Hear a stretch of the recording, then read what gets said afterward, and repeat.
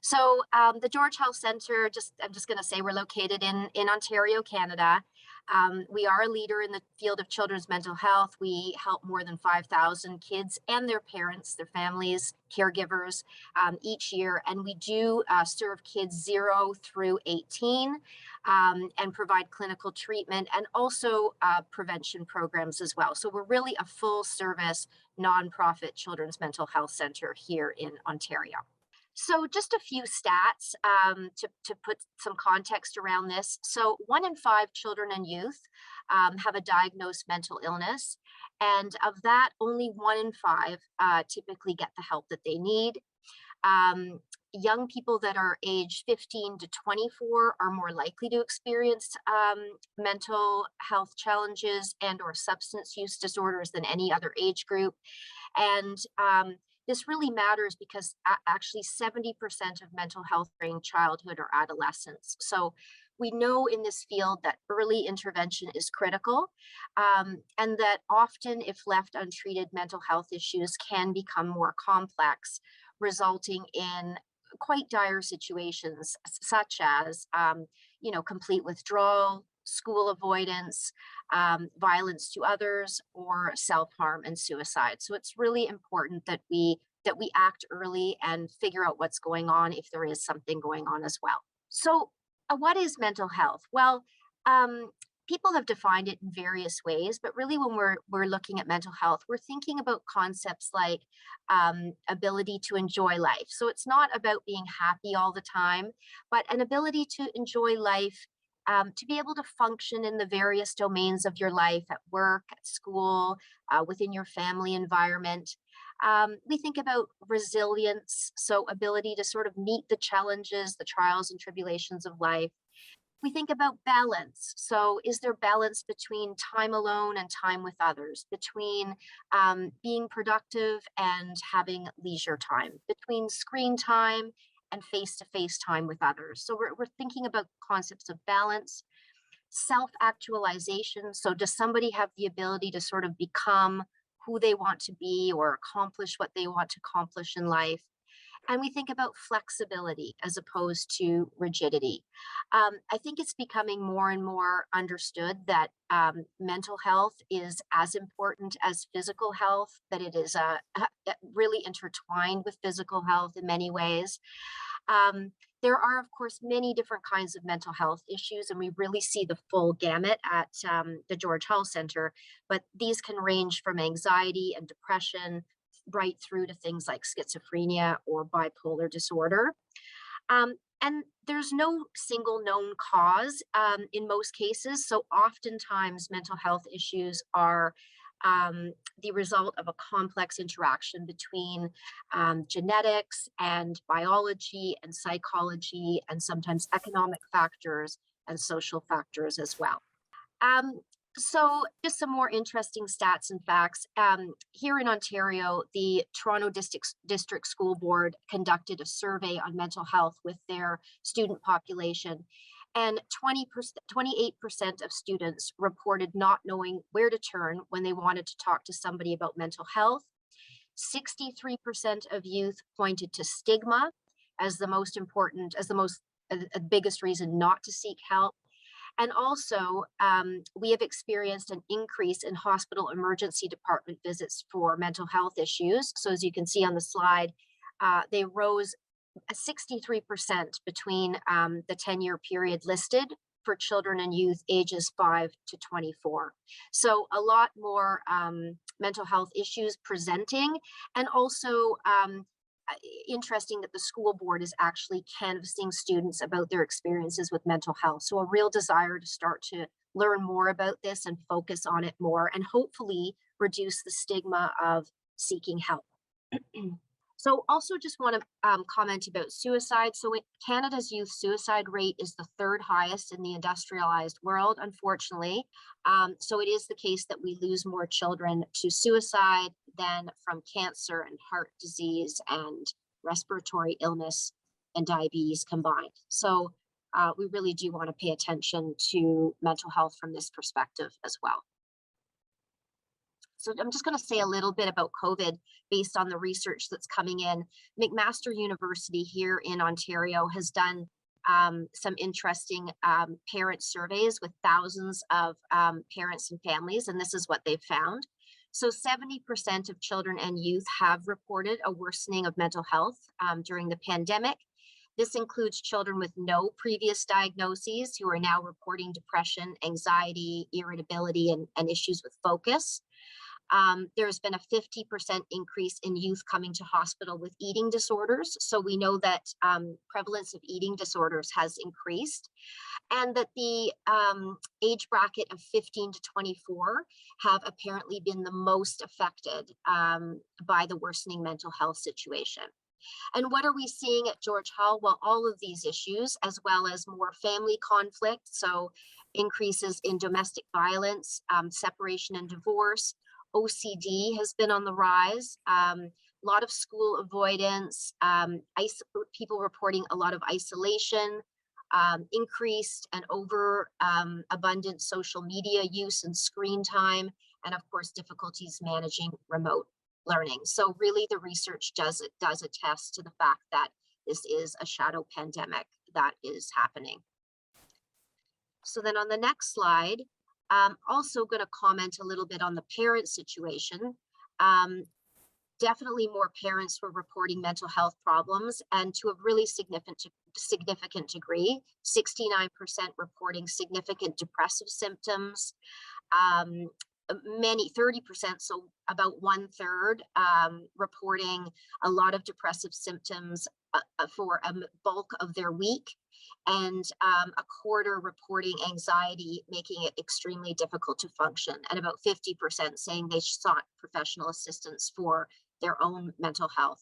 So I just want to say a little bit about why people call the George Hull Center, and also say that I really highly recommend that you reach out to, or that anybody struggling with mental health concerns or wondering about their children's mental health, reach out for support. So people call us when they're worried about their children's behavior, maybe struggles in school, maybe conflicts in the home. When people call when they're feeling helpless or alone with these issues, sometimes people feel that while they could reach out to family or to the school or daycare, they feel that maybe those people don't get it. Maybe they don't want to impact their child negatively by expressing their concerns to the school. They worry about being judged elsewhere. People call us because they feel things are getting out of control and they can't cope. Sometimes parents are worried about their own mental health and how it's affecting their parenting. Sometimes people are feeling just disconnected from their child, or that something doesn't seem right and they want to bounce that off of somebody. So those are all great reasons to call, and we encourage it. Just the adolescent brain, I mean, of course, there's brain growth all through childhood. The adolescence is a time of rapid brain change. It goes on longer than we have typically thought, so about 15 to 24. Physical sort of sensory and motor skills tend to be well developed in adolescence, and so which is great. But if you go to the next slide, some of the executive functioning, so I'm talking impulse control and future planning, have not come online yet. And are still maturing. And so it's sort of that combination of underdeveloped brain growth plus peers and risk-taking behaviors that can often contribute to risk during adolescence for developing mental health difficulties. I will also say that it's a good thing to keep in mind in terms of child development, that there are many exciting and and good things about adolescence.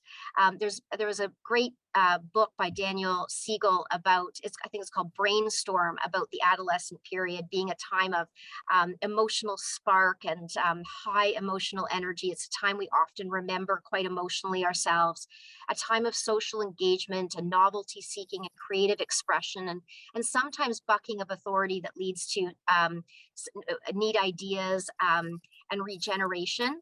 And I think it's important to think about childhood development, not only in terms of enabling you to think about, is there something off track or is this within the norm with your own child, but also when we understand as adults what's going on and that part of this is about normal healthy development, it can kind of be easier to take some things ourselves that might otherwise be sort of difficult to put up with. And easier to sort of hang on to liking for our child and some positive views towards them, which is so important in the parent-child relationship. And the parent-child relationship is so important in terms of children's mental health. So that's why I kind of say all this stuff as a bit of a framework. So moving on. So many children and youth exhibit different moods and behaviors during childhood that can be very normal. And I just want to say that these include the ones on these lists, on this list. So getting significantly lower marks in school at periods of time, avoiding friends and family, outbursts of anger, changes to sleeping and eating, acting out and rebelling, drinking or using drugs, stopping doing things they used to enjoy, worrying a lot or having mood swings, either obsessing with appearance and weight or not being concerned with appearance at all, lacking energy or motivation, increased risk taking, and feeling very down. So all of those things can be a part of typical child development. So I just want to sort of put that out there. And then on the next slide, when to pay attention. Well, we look at intensity. So are these things really, really intense? We look at how long do they persist? Do they persist over long periods of time? Are they inappropriate for the child's age, or are they a sort of a more normative thing for an age and stage? So is this like a 8 or 9-year-old intensively rebelling, or is this a teenager rebelling, for instance? And do the behaviors interfere with the child's life? How's the child doing at school? How are their family relationships? How are they doing with peers? We want to sort of look at that overall picture. So again, unfortunately, there's no laboratory or imaging test, and mental health problems do range from subtle to obvious. So we really have to rely on things like verbal communication, so speaking with our children and youth, observing their behavior, observing appearance and dress, and also key informants. So what is the school observing? Something that's interesting is sometimes peers have a gauge on whether something's off. So sometimes peers are not sort of concerned at all, and sometimes they are concerned in it. And when peers get concerned about a child, that can really be a flag. And so it's good to sort of look at and think about it, sort of being a detective to figure out what's going on with your child. You want to think about their thoughts. So what are they thinking? Their feelings, how are they feeling at different times?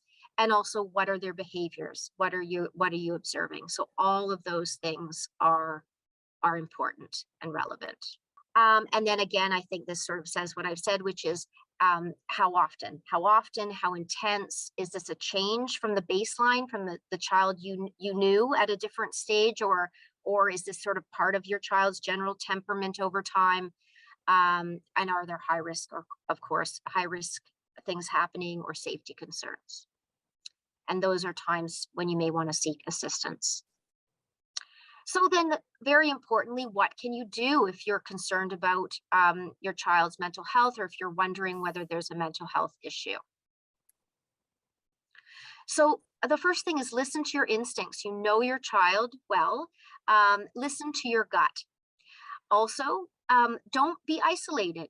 speak if you can reach out. It's good to do so. We're social animals. Speak to families, speak to friends, read and educate yourself about normal development and behavior, and then use observable behaviors to help you decide what action you need to take. So one suggestion is to note the behaviors that concern you, especially those that may be more intense or long lasting, and then speak to your child about your concerns. So we recommend picking not like a whole long list, but maybe a couple of concerns that you sort of particularly noting, and try and ask your child what might be happening for them, and then listen. Listening is very important. I'll say a little bit more about maybe how to do this, but here we say listen. Try to listen uninterrupted for 3 minutes, and then let your child know that you'll help work out difficult issues together. You don't have to fix it all or solve it all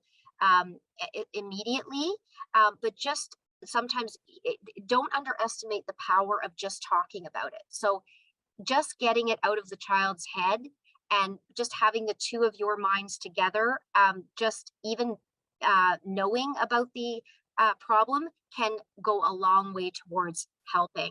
So it's just connection versus isolation is so important for mental health. And then reach out from there. You can arrange to meet with a professional, speak to your family doctor or mental health professional, and just trying to remember it really does take a village to raise a child. And like as I've said, we are hoping to decrease stigma to reaching out and to make it really normative to seek help when and as needed over childhood and well into young adulthood and beyond. I just thought this was interesting in terms of genders and who people reach out to. So this shows that who females and males reach out to, and it appears from these stats that females are more likely to reach out to somebody to talk about mental health concern. It looks like everybody seeks friends in bulk. Many people speak to nobody about mental health concerns. We have about 10% speaking to family, really quite a small amount speaking to professionals. So that kind of gives you some idea of where people are going to talk about their mental health concerns. And then we tell parents at the George Health Center, it's not to burden parents, but just how important they are in terms of children's mental health. We start always with parent development, helping parents, educating parents about normative child behavior, helping parents become aware of their own pulls and triggers, their own childhood experience, which can influence parenting, their own mental health, because we want parents to really take care of themselves. And then we move up from there to look at the relationship, which is so fundamental between parents and kids, and to help that relationship be as close as possible. We move up to discipline. So we look at the two hands of parenting, connection and correction. And then often changes in those areas lead to changes generally, which is at the top of the house. So I'm not meaning to say that all mental health concerns are helped this way, but this is an approach that gives a good, firm basis for good mental health and for dealing with whatever mental health issues come about. So we really put a lot of time and attention on this. So wanted to say, in terms of the two hands of parenting, connection is very important. And when we're thinking of thoughts and feelings, we have an acronym that helps us think about how to speak with kids, and what leads to emotional safety for someone to open up about their thoughts and feelings. And the acronym is PACE. It stands for playfulness, acceptance, curiosity, and empathy. And it's really what allows somebody to open up and really tell you what they think and feel. If they know that all of their thoughts and feelings will be accepted and not judged, that you'll be curious to know what they are thinking and feeling, and that you'll try to have empathy, a felt sense of their emotional state, it really enables children and people generally to open up to you. And so this is the stance we take as therapists, and we encourage parents to take. So it's not about fixing or lecturing or problem solving. Actually, a lot of the sort of fix and understanding of what's going on in a child's inner life is just going to come from speaking to them with this sort of attitude. It's easier for parents to do this if they had this done for them when they were a child, if they sort of had a parent speaking to them with this type of approach. And you don't have to be a robot or a saint and do this all the time. About 30% of the time has been correlated with good secure attachments and good emotional regulation. So I think I'll leave it with that just in terms of time today. But because connection and understanding your child's thoughts and feelings, is so important and fundamental to mental health, I did want to say this. Also, it helps a child get to know their own inner life, which helps them understand themselves, which is all to the good as well. So the other hand of parenting, we've got the connection hand, which is thoughts and feelings, and then we've got correction, which deals with behaviors. So this is all of the discipline. We view discipline as teaching. There are certain things that makes discipline more effective, being clear and consistent and having reasonable expectations and not taking it personally, so important. Few words when disciplining, lectures don't tend to be helpful. And then also just want to say that conflict is inevitable and healthy. It's necessary for development. It helps kids learn that others have a different perspective. It helps them learn how to compromise and repair.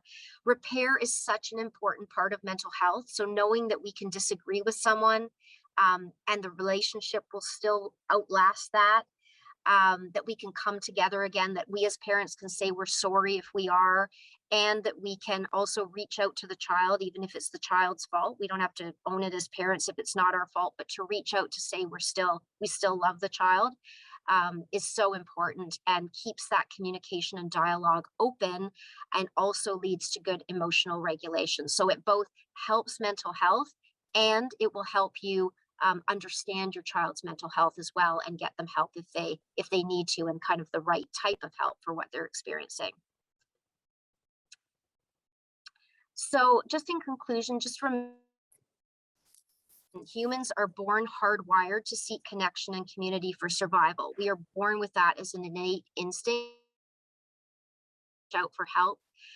Nobody, a lot of times people, it can be hard to understand, like, oh, like now I've had a realize that this is a real thing. So sometimes until we've experienced it seems sort of foreign, but nobody's immune over the course of a lifetime.